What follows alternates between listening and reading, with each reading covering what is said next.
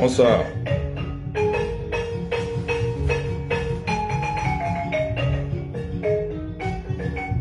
On est sur mon Léon.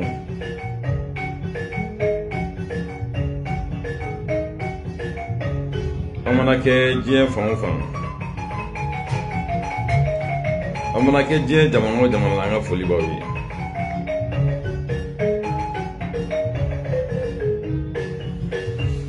Jamana mi katani tabulo mie. Akakanga toka nyongo la dunia. Anga nyongo mbo fila.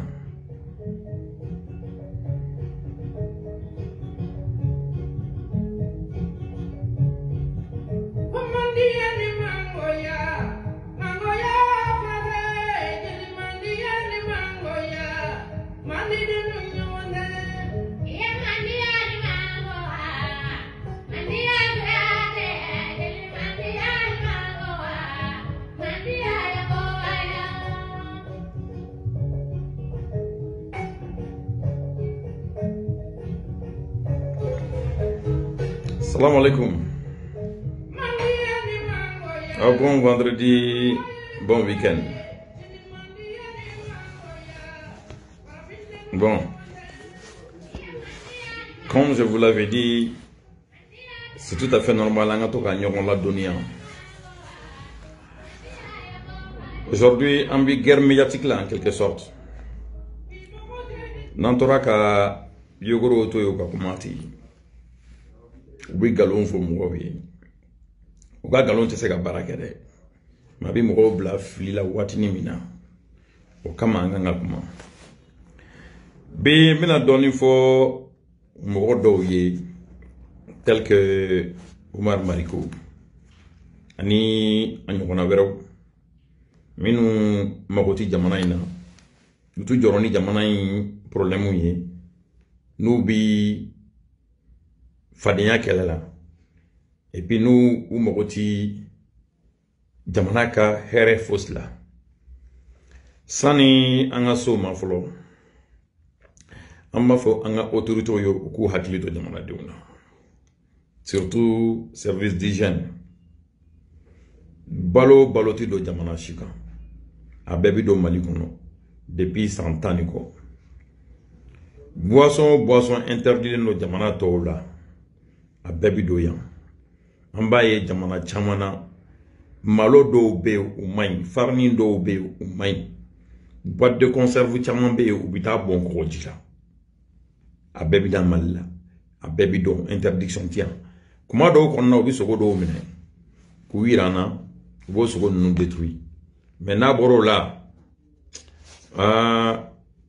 fɛn caman de bɛ yen minnu maɲi santé ma autorisé les mecs à do jamana ingono bin hakila au chamaye maître Moutaka Talka communiqué et déclaration donc concernant le point de presse de Mahmoud Diko. Mahmoud Diko ka point de presse il a et comment do faut M5 mais c'est avec comment bala et kabido min comment il fera ne ba don tienta la mais Moutaka Tal bora ka kuma fo bi mo ya ko chama famia la ado ni tun kuma na o tun mina fo ko torwa ndimia bana ni tun ya fo ko tiera la diko e no minu fo o ma delika ka M5 na o kun mina fo kambe diko contrôle mo werate koy ne mo ti mo wera fo ka kuma la an ni minu yara bi jela ou de kumena na fo ko bika kuma chokoroba inka iba contrôler. Moi je vois pas en quoi je serais contre Diko. Nen Diko ti nyon soro fo ila. Fo ita tombe Diko dimia blangono. O tinere dambe ka mo dimia blangono non. Ni manga mi be amo ko wati. Ni kele mi be ka amo kele ka wati ambe continuer. Et domi Diko kumana ako ko M5 mo ku bora le kokoro ku tarani CV tan nani kuma le consulter. Cher malien bino yoro djeya au ye pas ka no be boala. Collège mimbi présidence gi. Collège mbi bla 50 domi Diko ye M5 mogo janfa ka taa tugu sɔrɔ su kɔ parce que u ye layidu ta ye k'u bɛna kɛ transition président ye Kolozi sigilen u balila ka bɔ ni tɔgɔ ye vote ma kɛ Diko tɔgɔ ma ye o la version caman bi fɔ ye dɛ n t'a fɔ tiɲɛ t'a dɔw la mais nin ye lakika ye maintenant u ye promesse ta Diko ye ko premier ministre bɛna d'a ma premier ministre dilen Diko ma M5 mɔgɔw bɛɛ tun b'a dɔn k'a fɔ ko Diko bɛn'u trahir parce que Diko n'u fɛn o fɛn ye ɲɔgɔn ye Moutaga ka fɔ la Moutaga y'a fɔ cogo min tɔw bɛɛ ta kɛra ten Diko y'a fɔ a bɛɛ ye k'a bɛn'u bɛɛ kɛ premier ministre ye k'u de ni premier ministre ka kan mais Diko tɛ min kalama nin bɛɛ y'u ta fɔ ɲɔgɔn ye lors d'une réunion donc u bɛɛ tun bɛ Diko kalama k'a fɔ ko Diko n'u bɛɛ kumana déjà donc ce n'était plus un secret u bɔra o kɔnɔna na Diko ka a kuma min fɔ CV ta naani na n bɛna o yɔrɔ de faranfasiya aw ye ka ɲɛ aw ka kuma faamu kalo kan fɛn fɛn mana fɔ a kɔfɛ aw ka bɛɛ fili kɛrɛfɛ u ye ci bila ka taa M5 la comité stratégique mɔgɔw ye réunion kɛ a fɔra ko CV damadɔni ka bila ka taa ko premier ministre ka taa n bɛ yɔrɔ min fɔ a ye ko Diko yɛrɛ t'o kalama a ka janfa o kɔrɔ dɔnna ka ban maintenant M5 mɔgɔw ka réunion senfɛ u ko k'an kana mɛn nin kuma in da la koyi CV damadɔni ka bila ka na o ye piège de ye pour que ka an bila ɲɔgɔn na maintenant an bɛ min kɛ sisan mɔgɔ o mɔgɔ bi yan a y'a bɛɛ ka CV fara ɲɔgɔn kan aw k'a bila ka taa di sɔrɔsiw ma n'u bɛ min ta la u k'o ta la mais n'an ma sɔn ka CV bila ka taa u bɛna population kɛ témoin ye k'u ko k'aw ka taa ni CV ye k'aw ma sɔn ka taa ni CV ye donc premier ministre ma ta aw la o de kama o de sababu la CV bɛɛ farala ɲɔgɔn kan k'a bila ka taa di sɔrɔsiw ma n'aw bɛ mɔgɔ o mɔgɔ dɔn n'o ye leader ye M5 na a y'a bɛɛ ɲininka mɔgɔ kelen tɛ yen min bɛ se ka nin kuma in sɔsɔ malheureusement Diko y'o de kɛ kɛlɛkɛ bere ye o kuma de kun donna k'aw ji min da ko k'a fɔ ko CV ta naani taara CV ta naani taara cogo min n filɛ k'o de ɲɛfɔ aw ye Diko tun tɛ se ka mɔgɔ ta M5 na k'o kɛ premier ministre ye parce que n'a ko a bɛ min ta k'a kɛ premier ministre ye k'a bɛ to ka wari min o la o tɛna sɔn olu y'a dɔn donc ale ka sati jamana jɔcogo ɲuman na dɛ dɔ ka na dɔrɔn a bɛ min manipuler sinon waati joli Diko ye mɔgɔ o mɔgɔ choisi a si ma kɛ ɲuman ye n y'o de fɔ bien avant le dimanche san na ka kuma dɔw y'a kɛ juguya kuma ye mais u tilala ka jo di ne ma anw tɛ Diko contre la koyi mais Diko tɛna se ka ja an ye cogo si la ka tɛmɛ an ka jamana in kan n'i ye Diko ka palmarès lajɛ a ye mɔgɔ o mɔgɔ bila yɔrɔ o yɔrɔ la a si ma kɛ ɲuman ye a ye mɔgɔ o mɔgɔ choisi a nimisara bɛɛ la a ye mɔgɔ o mɔgɔ kɛlɛ a tilala ka nimisa bɛɛ la an bɛ se ka continuer o kan cogo di n balimaw n teriw jamana tɛ jɔ nkalon kan dɛ jamana jɔ tɛ kɛ nkalon kan an m'a ye dɔw bɛ sira bilala don o don ni i donna ko o ko la nkalon kan bilahi a tɛ laban an ka ko tiɲɛ ye an ka ko tiɲɛ fɔ ɲɔgɔn ye an ka avancer n'a ye Diko bɔli o ni bi cɛ Diko mɔgɔw yɛrɛ tɛ ka lafiya sugu kɔnɔna na Diko mɔgɔw tɛ ka lafiya fan si u ye jɔnkala dɔn sisan ala tɛ sunɔgɔ o min fɔra a yɛrɛ ko k'a bɛ taa misiri kɔnɔ a ka taa misiri kɔnɔ ala ka hɛrɛ kɛ jamana ye ala ka barika dɔ silamɛya la ala ka barika dɔ maliyɛn denw bɛɛ la maintenant n bɛna kuma Umaru Mariko ka yɔrɔ kan yarɔ an ni Umaru Mariko bɛ ɲɔgɔn na a mɛnna parce que an y'a a vrai visage dɔn an y'a dɔn Umaru Mariko ye mɔgɔ min ye d'abord kɛlɛcɛna don ale la o fɔ Razbati ma Umaru Mariko ni Razbati fa kelen ba kelen mɔgɔw m'a dɔn fɔlɔ de n ye min fɔ ala ka hinɛ Sumayila ka Sumayila to nin na n ye to Mas ka radio la don Mas ye interrompu parce que Umaru Mariko y'a wele bɛɛ ɲɛna ko ne ye kuma min fɔ a don k'o de ye nkalon ye n'a sɔrɔ Umaru Mariko ye weleli kɛ mais Umaru Mariko ye weleli kɛ a ma dɔ wɛrɛ sɔrɔ k'a fɔ Mas ye dɛ a ko Mas ma ko Sumayila Sise de ye ne bila la wallahi ala bɛ kita ni Sumayila cɛ Sumayila furanama tɛ fɛ mɔgɔ ka fɛn fɔ mɔgɔ ma c'est comme Choguel a man d'u ye mais ala barika la anw ye mɔgɔ ye mɔgɔ tɛ se ka juguw b'an bolo quoi an ne de bɛ fɛrɛ ka kɛlɛ mais jugu minnu bɛ ka essayer k'u bɛ jamana ci wallahi tɛ se k'u b'an bolo o sɔrɔla mun fɛ waati min bɛɛ jɛra k'a fɔ ko IBK ma passé Alpha Condé oye Umar Mariko wele fo Guinée ka mobili kelen na maka wardama kaka tugu be kako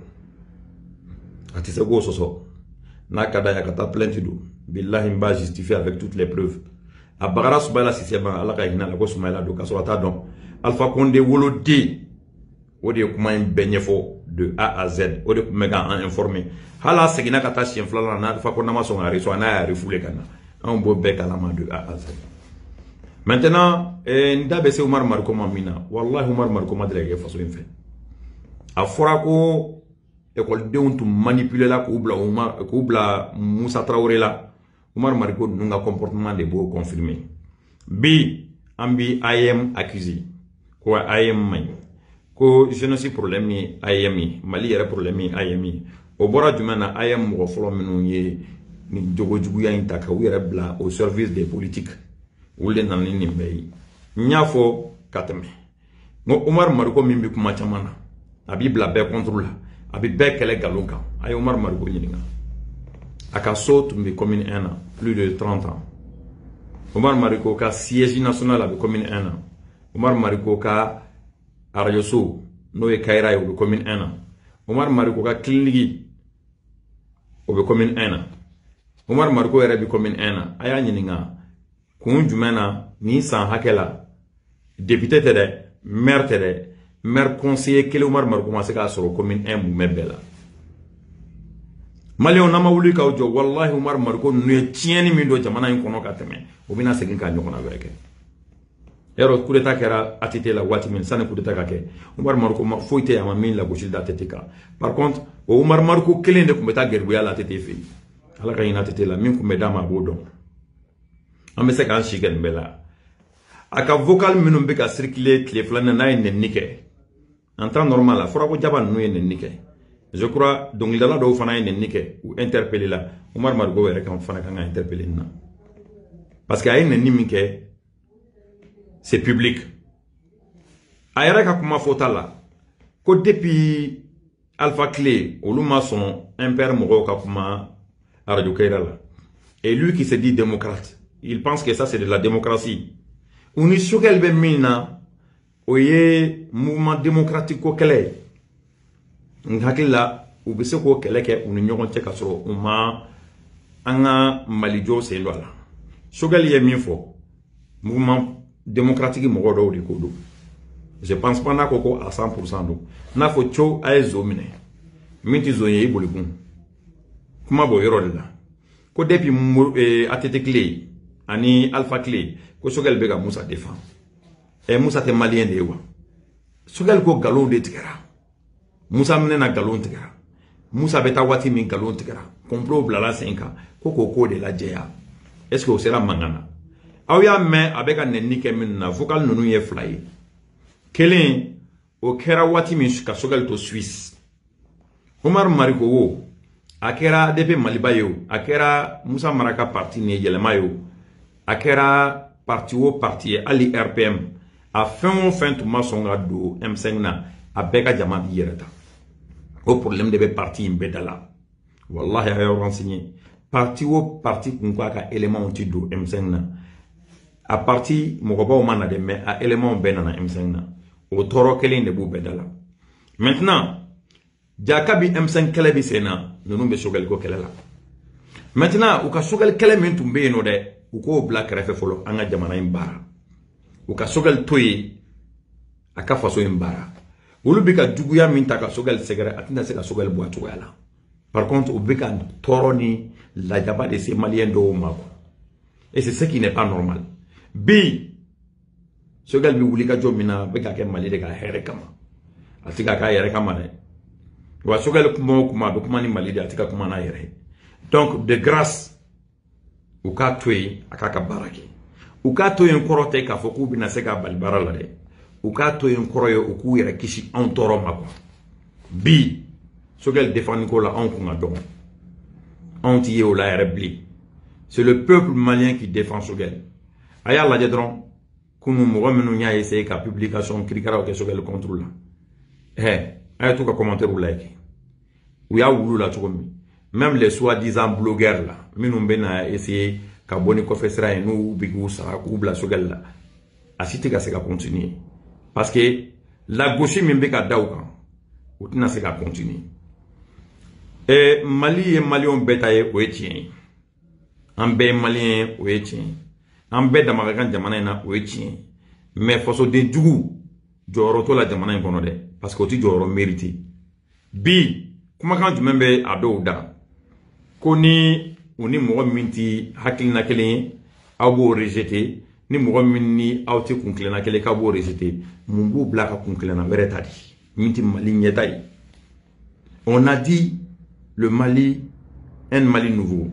On a dit qu'on veut que le Mali aille de l'avant. Aw ko k'aw ye Maliyɛnw ye mais aw ko jamana in kana taa ɲɛ an ni aw bi jɛ cogo di an b'aw k'an dɔ ye cogo di an t'aw rejeter mun na pour quelle raison an t'a fɔ k'aw ye apatrides ye a y'aw yɛrɛ ɲininka dɔrɔn anw ko jamana in ka taa ɲɛ aw ko jamana tɛ taa ɲɛ an ko transition ka bouger transition ka réussi aw ko transition kana réussi aw ko baara tɛ ka kɛ aw tɛ ka foyi kɛ hali kala hali ka furalankala ta ka goudron fura aw m'a kɛ aw ko aw ye fasoden ɲuman ye k'a kana fɔ aw ma fasoden jugu et puis k'a kana fɔ aw ma apatride aw yɛrɛ k'o juger bani an y'a fɔ aw y'a mɛnna jamana in bɛ taabolo min kan maliyɛnw bɛ ka degun ka se niveau min ma wallahi fasoden jugu si tɛ musalaka n'a ka di min ye o ka changer joona dɛ n'a man di min ye o ka to nin taabolo in kan a tigi tɛna se ka continuer parce que maliyɛn bɛɛ ɲɛ yɛlɛnna maliyɛn bɛɛ kunna wa maliyɛn bɛɛ dusu bɔlen don maliyɛn si tɛna sɔn bilen den lankolon si k'i profiter jamana in na a cɛkɔrɔbala mɔgɔ b'a la denmisɛnninla mɔgɔ b'a la musola mɔgɔ b'a la surtout minnu tun bɛ partisanya ni parti dɔw jeunesse la depuis plusieurs années baara foyi t'u la ni wulikajɔ min bolodara dɔrɔn u bɛ taa pour que k'u ta ɲini a caman bɛ anw fɛ yen M5 yɛrɛ la mais u bɛɛ bɛ taa gɔngɔn fɛ kelen kelen barika min bɛ jamana in na barika min bɛ jamanadenw na tɔɔrɔ min bɛ maliyɛnw nin kan wallahi a hakɛ tɛ fasoden jugu si to ye a kɛra Umaru Mariko ye o a kɛra parti politique ɲɛmɔgɔ kɔrɔ fɛn o fɛn ye a y'a fɔ an bɛɛ ye u ka sabali u ka jamana in to yen a ka ɲɛnakili u tɛna se ka anw kɛlɛ koyi u tɛ se ka jɔ anw ɲɛ hali u tɛ se k'anw kunbɛn yɛrɛ wallahi ninnu tɛ se k'anw kunbɛn violence tɛ dɛ même sur le plan médiatique ninnu tɛ se k'anw kɛlɛ mais an bɛ min f'u ye dɔrɔn u ka n'u yɛrɛ mankutu tɔ bɛɛ tiɲɛ jamana in kɔnɔ sinon Umaru Mariko ninnu dɔ filɛ nin ye hali maire conseiller u tɛna se k'a sɔrɔ Kɔlɔnjɛba bilen wa a y'a si bɛɛ kɛ nin kumaba f'u ɲɛna k'a si bɛɛ kɛ nin wari minɛ na Kɔlɔn dɛ Kɔlɔn a m'a sen Kɔlɔnjɛba hali Kɔlɔn gansan impur a m'a sen Kɔlɔnjɛba e de da bɛ kuma bɛɛ la e de b'i opposer ko bɛɛ la e de ko jamana in tɛ lafiya ko jamana kɔnɔdenw tɛ lafiya mais u ka sabali a kɛra olu ye o a kɛra parti politique mɔgɔw ye o a kɛra radio baarakɛlaw ye o a kɛra videoman ninnu ye o n yɛrɛ tulo bɛ videoman dɔ la a bɛ extérieur la k'olu bɛna bɔ transition kɔ e ala mɔgɔ minnu bɛ extérieur la n'u bɛ video kɛ n'u b'a fɔ k'u bɛ transition dɛmɛ n ka bonya b'a bɛɛ yɔrɔ an b'a bɛɛ fɔ parce que faso wulikajɔ kun man dɔgɔ i bɛ min kɛ hakili la i b'a kɛ faso de ye mais kana mɔgɔ ko don o ko la a y'a fɔ u ka sabali u ka segin u kɔ joona sinon mɔgɔ tɛ fato ladi lanuma ka bulonda la koyi maliyɛn bɛɛ de déterminenen don bi aw kana aw to kunfɛ kuma la k'aw yɛrɛ bila fili la ka taa don fili la aw tɛ bɔ fili min na n bɛ ka nin kuma fɔ videokɛla minnu bɛ extérieur la den ɲɛnamaw de ko don dɛ minnu tun bɛ ka transition dɛmɛ réellement n kan b'olu de ma fato musonin dɔw bɛ yen nɔ a ye ɲale ma fɔlɔ ala ka yafa ma a ye ɲale ma a ka cɛ ɲina ye parce que a kun na ni furu cɛ min ma Bamakɔ yan o banna la a ye ɲale ma a ka cɛ ɲina ye o min ye Diko neni ka Diko dɔgɔya ka Hayidara neni ka diinɛ ɲɛmɔgɔ bɛɛ neni ka tila k'a fɔ k'ale bɛ ka Diko soutenir a ye ɲama o ka cɛ ɲina ye yen nɔ wallahi min kɔni kun y'a furu Bamakɔ yan o y'a bila pewu o y'a to yen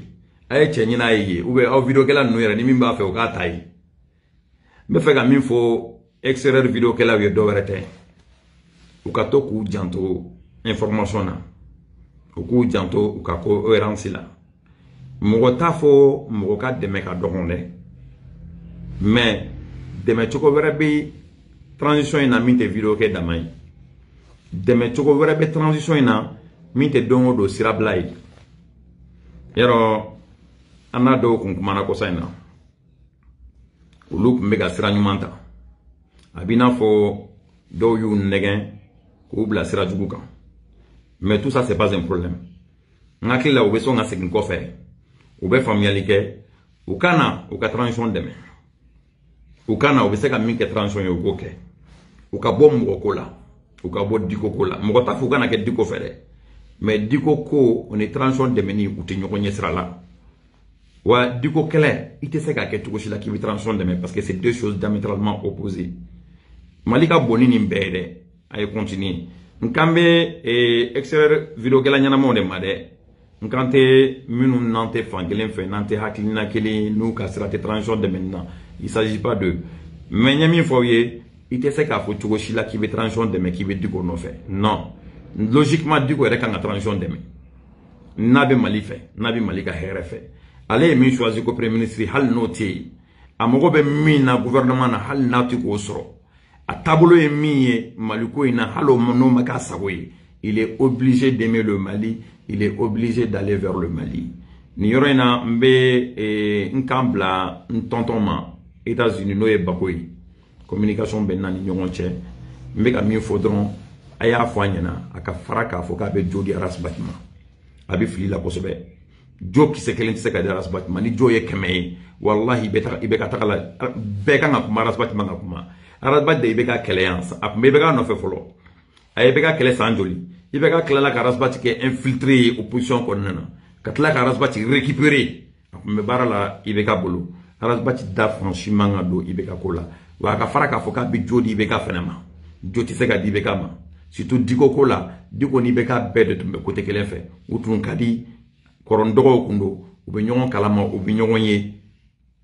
par contre diko kun bɛ ka double jeu kɛ ni M5 de ye n tun y'a kuma fɔ mɛnna mɔgɔw ma da la mais bi i ye ko ye fɔ ko ban an ka wuli k'an jɔ an ka jamana in dɛmɛ an sego la an ka dusubaya ni farafarali an k'o bɛɛ to yen Dani yɔrɔ danga de bɛ kɔ dɛ maninka mana ɲɛ cogo o cogo i tɛ se k'a ta n'u ka waati jan kɛ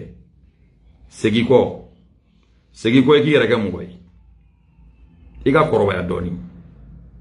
a ye nin ko ninnu bɛɛ bila a ye orgueil to yen aw k'a ka jamana dɛmɛ wallahi don dɔ la nimisa bɛ to ka ko n'aw ma fara an bɛɛ ka jɛ ka jamana in bɔ nɔgɔ la maliyɛn bɛɛ dama ka kan jamana in na o y'a ye ni fasoden ɲuman y'i ye fasoden juguw les apatrides olu tɛ maliyɛn ɲɛnamaw ye dɛ olu ni tɔw dama tɛ se ka kɛɲɛ hali n'a fɔra Mali ka tila olu ta ni tɔw ta tɛ se ka kelen ni hectare kelen dira tɔw ma hali 1 mètre carré man ka d'u ma parce que u tɛ jamana in ka hɛrɛ fɛ pour que ka bɔ kuma kɔnɔna na n bɛ min fɔ aw ye vidéo kɛla minnu bɛ France n b'a ɲini aw fɛ mankan tɛmɛna aw ni mɔgɔ caman cɛ tile fila in na aw ye ɲɔgɔn na sama dɔgɔlima yɛrɛ kuma na aw ni dɔ cɛ a y'o bɛɛ to yen a k'o ka jamana filɛ aw kana miiri o si la a y'o bɛɛ to yen aw tun bɛ ka faso in dɛmɛ cogo min a y'a dɛmɛ ten an ka bɔ nin bɛɛ kɔnɔ ko wɛrɛ bɛ nalen o 2015 an kɔrɔ Mali kun tɛ tan Maliens ka wulikajɔ kun tɛ tan maintenant on a décidé de se révolter an bɛ révolution de kɔnɔna na bɛɛ jɔyɔrɔ bɛ yen a y'aw bolo da aw dusu kan aw ka fara ɲɔgɔn kan aw ka na an ka jamana in bɔ nɔgɔ la ni anw tɛ mɔgɔ tɛ se ka baara kɛ dɛ aw yɛrɛ ɲɛ bɛ mɔgɔkɔrɔbaw la u bɛ yeko kɛlɛ min na u ni ɲɔgɔn cɛ a caman tɛ k'u miiri Mali ka ɲɛta la dɛ ko Choguel ko donc an ka bɔ nin bɛɛ kɔnɔ an ka orgueil to yen dusubaya an k'o to yen ne de bɛ se karisa la ne de bɛ se nin na an k'o bɛɛ to yen n bɛ se ka min se jamana in ma o de ka gɛlɛn ni nin bɛɛ ye donc tous les Maliens doivent s'unir les Maliens qui ont le même objectif minnu kun tilenna ye kelen u hakilina ye kelen n'u fɛla ye jamana ka ɲɛta ye a bɛɛ ka tɛgɛ di ɲɔgɔn ma an ka avancer ni de kun bɛ n bolo k'a fɔ aw ɲɛna an bɛ ɲɔgɔn bila nin yɔrɔ in na donc ala ka su hɛrɛ d'an ma ala ka barika don jamanaden bɛɛ la minnu bɛ jamana in kɔnɔ minnu bɛ jamana ko kan les Maliens de l'extérieur an tɛ ka aw sous-estimer Magasa aw bɛ fɛ ka wulikajɔ min boloda Faransi ala k'a ɲɛ aw bolo hakilina ɲuman bi mɔgɔ la jamana fan o fan diɲɛ fan o fan ala ka bɛɛ lawaleya an bi baara de la koyi a ye mɔgɔ min jama mɔgɔ min ja wallahi i bi faso baara kɛ i bi wuli k'a daminɛ waati min an t'o de dɔn dɛ i kɔni bɛ wuli k'a kɛ donc an bɛn waati wɛrɛ bon week-end à tout le monde ala ka su hɛrɛ d'an bɛɛ ma